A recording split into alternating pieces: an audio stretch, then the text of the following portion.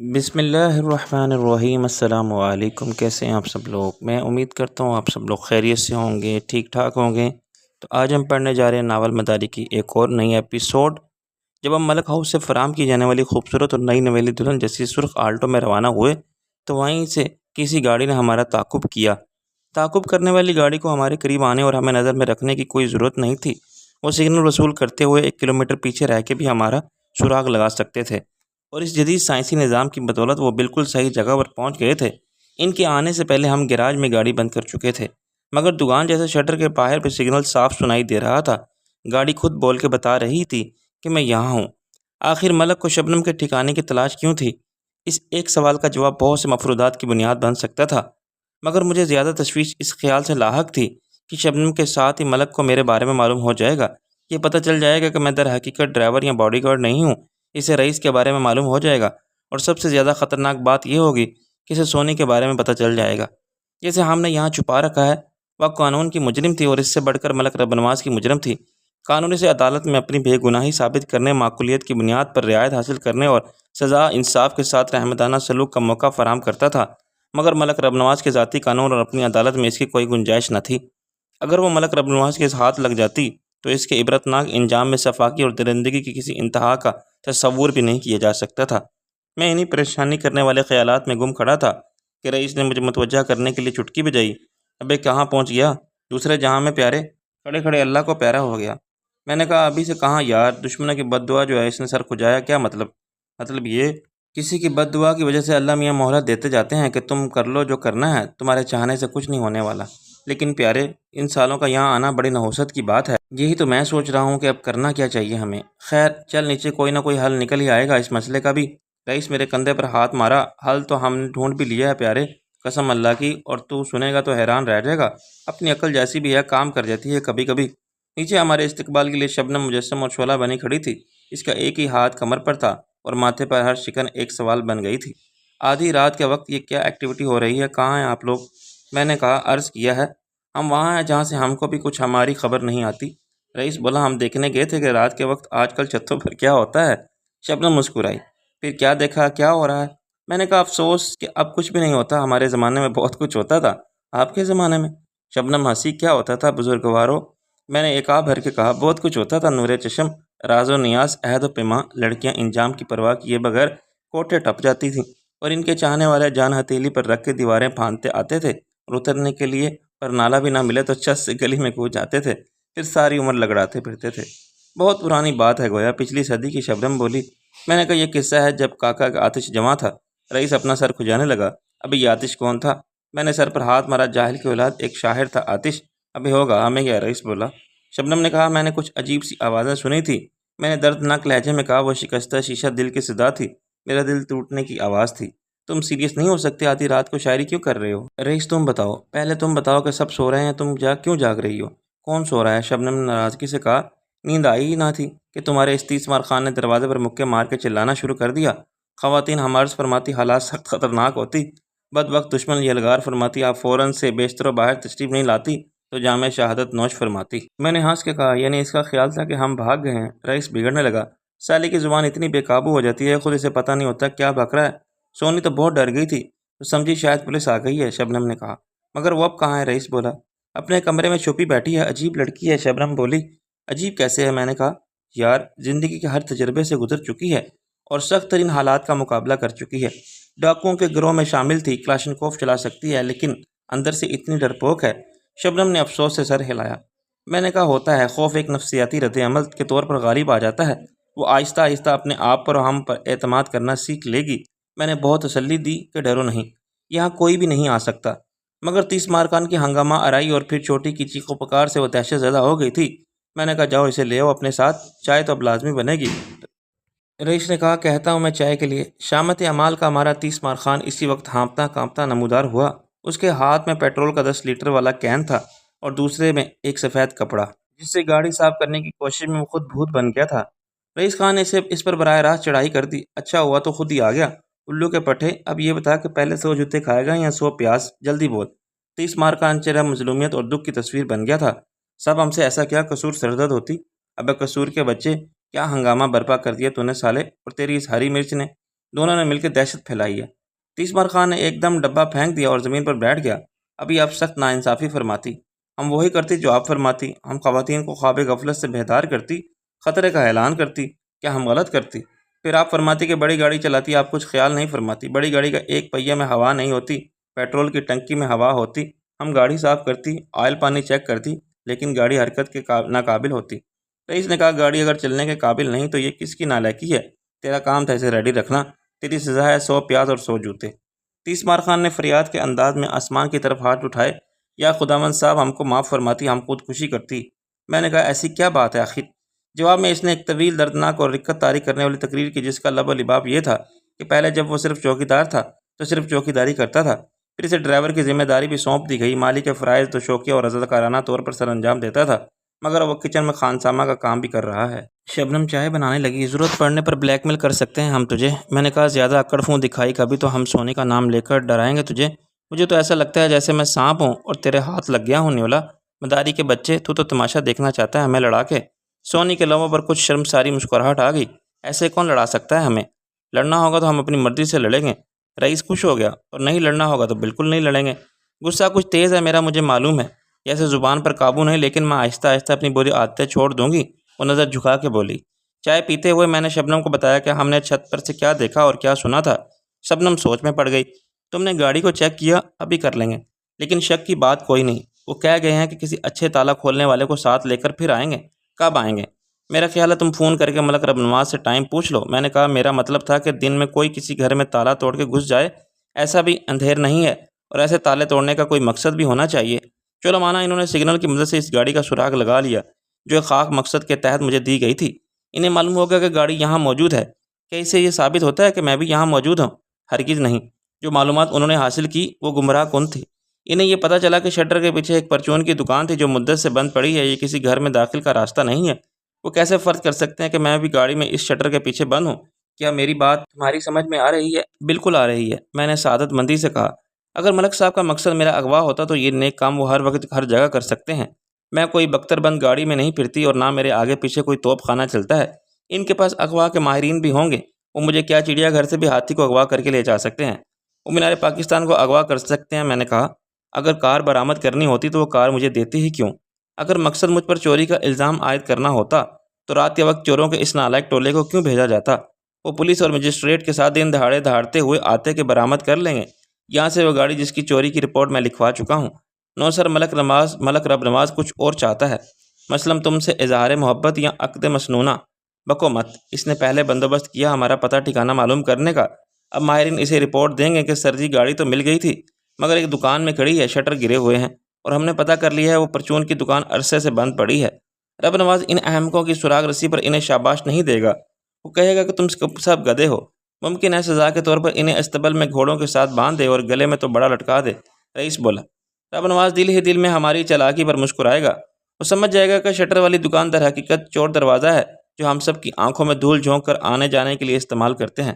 اب وہ اپنی کمانڈو فورس کو روانہ کرے گا، ممکن ہے ان کی قیادت وہ بکلم خود فرمائے اور آج رات وہ شٹر کھول کے چور راستے سے اندر پہنچ جائیں۔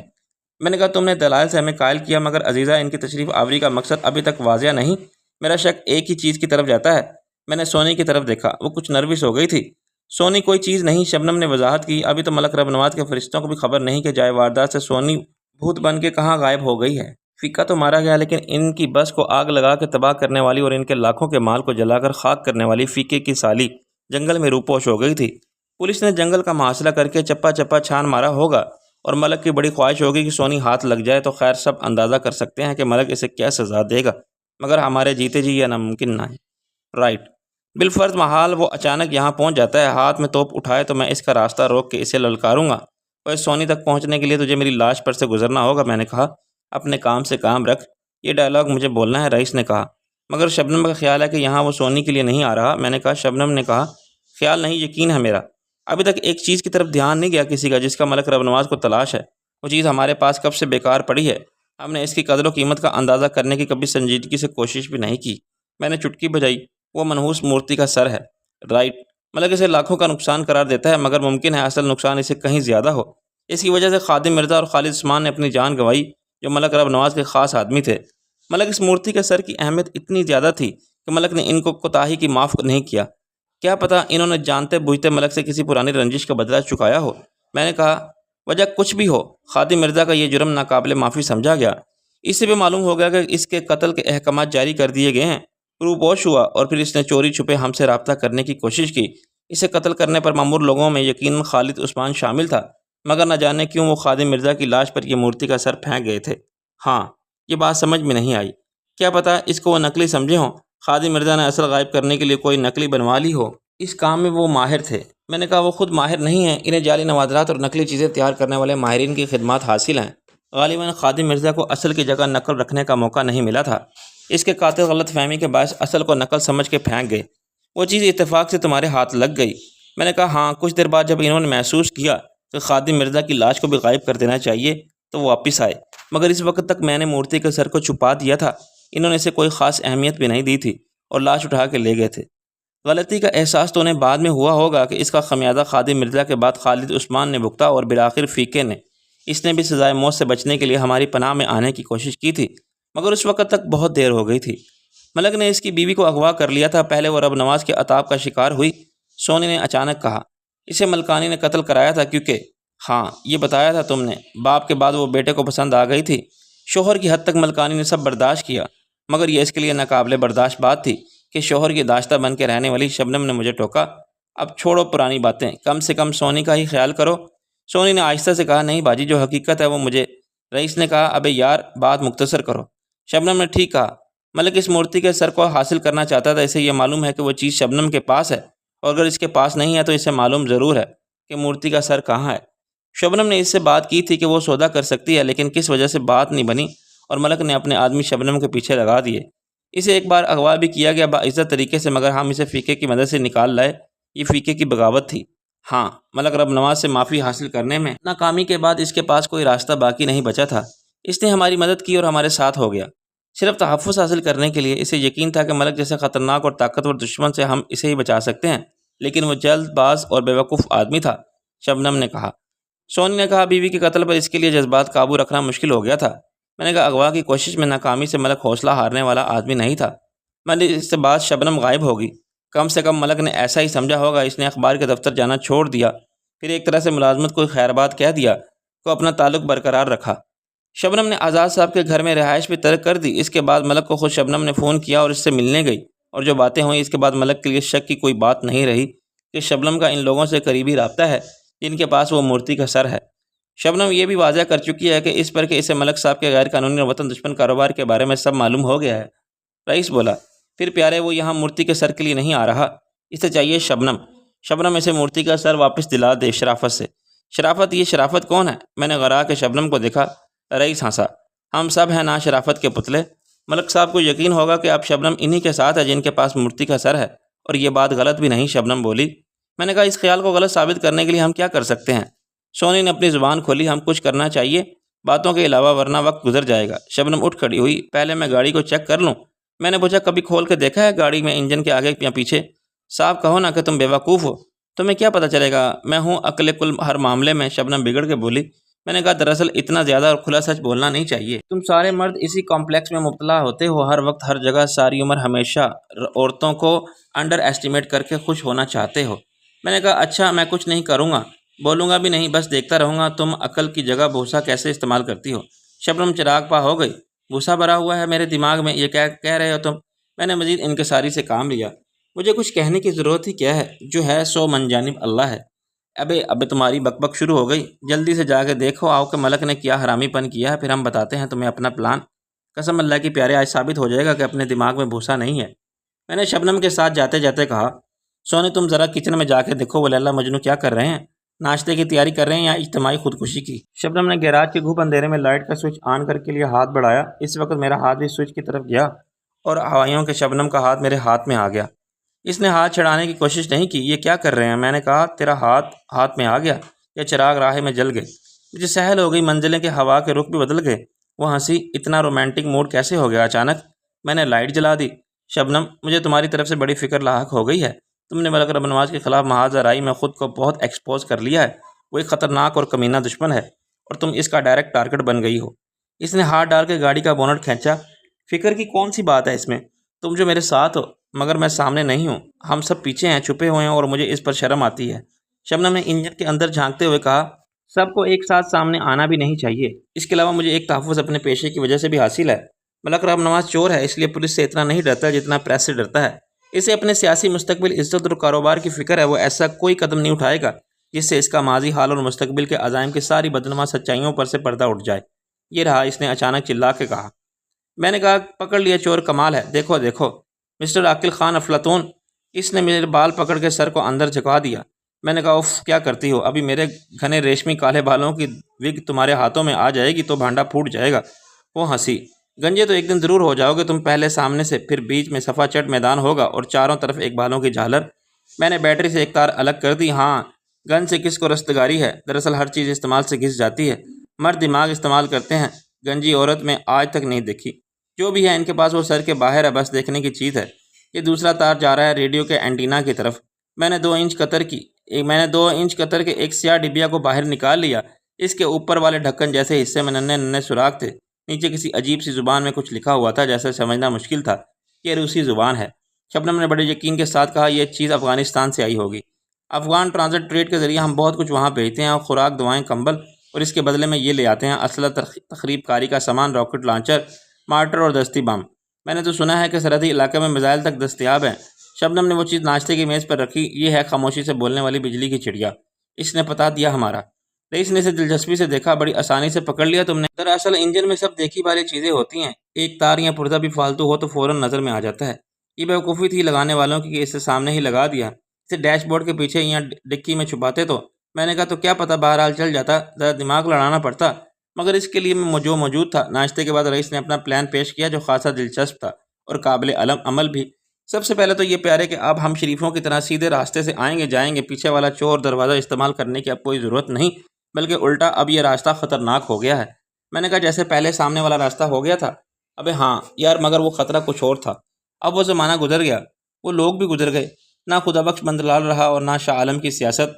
کرنے والے اب بھی وہی کام کر رہے ہیں جو ہم کرتے تھے، مگر رئیس خان کو سب بھول گئے ہیں۔ اس نے ایک آ بھری۔ ایسا ہی ہوتا ہے کاروباری رشتوں میں، کاروبار نہ رہے تو لوگ نام بھول جاتے ہیں، صورت دیکھ کے پہچانتے نہیں۔ میں نے کہا، جذبات کے رشتوں میں ان کا کیا مقابلہ؟ آج وہ سب باتیں بڑی عجیب لگتی ہیں۔ اپنا تو وہ حال ہے پیارے کے کتے کی، تم سمجھ لے، جب تک نلکی میں ہے سیدھی، ورنہ پھر وہی۔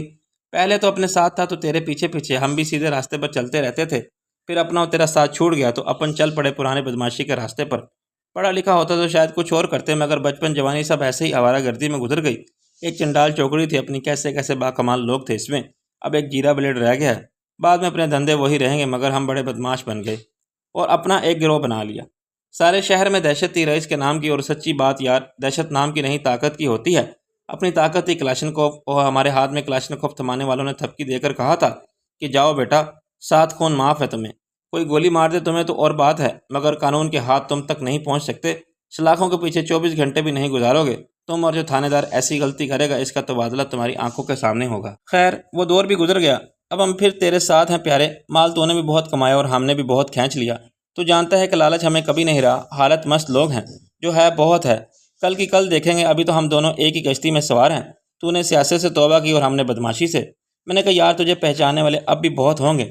ہاں، مگر سب نظر چراتے ہیں، پرانے لوگ کچھ مارے گئے، کچھ ہماری طرح ادھر ادھر ہو گئے، شاید کچھ جیل میں چکی پیس رہے ہوں گے، نئے وہ ہیں جو پہلے ہمیں سلام کرتے تھے، پٹھے کہلاتے تھے، اب وہ استاد ہو گئے ہیں اور چاہتے ہیں کہ ہم انہیں سلام کریں۔ رئیس خان کو دیکھ کے مونچھوں پر تاؤ دیتے ہیں اور رئیس خان مونچھ نیچی کر کے راستہ کاٹ جاتے ہیں۔ وہ ہم سامنے والا مین گیٹ استعمال کریں گے، اپنی پیجارو کب سے لاوارث کھڑی ہے، تجھے پتہ ہے اپنے پاس پہلے ایک شیراٹ گاڑی ہوتی تھی تو اس کا رنگ بدلتا رہتا تھا، گرگٹ کہتا تھا میں اسے۔ اب میرا خیال ہے کہ اس پیجارو کا رنگ بدل جائیں، اچھا ہے، یا پھر اس کے بدلے میں ایسی ہی دوسری گاڑی لے لیتے ہیں تاکہ پہچانی نہ جائے۔ ایکسچینج کوئی مسئلہ نہیں، زیادہ سے زیادہ 1 لاکھ اوپر لگ جائے گا۔ گاڑی کا اوریجنل رنگ خراب کرنے کی کیا ضرورت ہے؟ شبنم نے کہا، اس کے بھی رنگین شیشے ہوں گے تو اچھا ہے۔ 30 مار خان نے کہا کہ دوپہر تک گاڑی ریڈی ہو جائے گی، لیکن اسے ہم ضرورت کے بغیر گھومنے پھرنے کے لیے استعمال نہیں کریں گے، ایمرجنسی کے لیے رکھیں گے، جب تک اس کی جگہ دوسری گاڑی نہیں ملتی۔ ٹیکسی چلے گی، ٹیکسی ہر وقت ہر جگہ نہیں ملتی، 1 ہفتے کے لیے کوئی گاڑی کرائے پر لینا بہتر ہے، بلکہ میرا تو مشورہ ہے کہ اپنی پیجارو کو کھڑا کر دے کسی شو روم پر، ہر ہفتے ایک نئی گاڑی کرائے پر لینا کہیں بہتر ہے، کبھی ایک کے نام پر کبھی دوسرے کے نام پر۔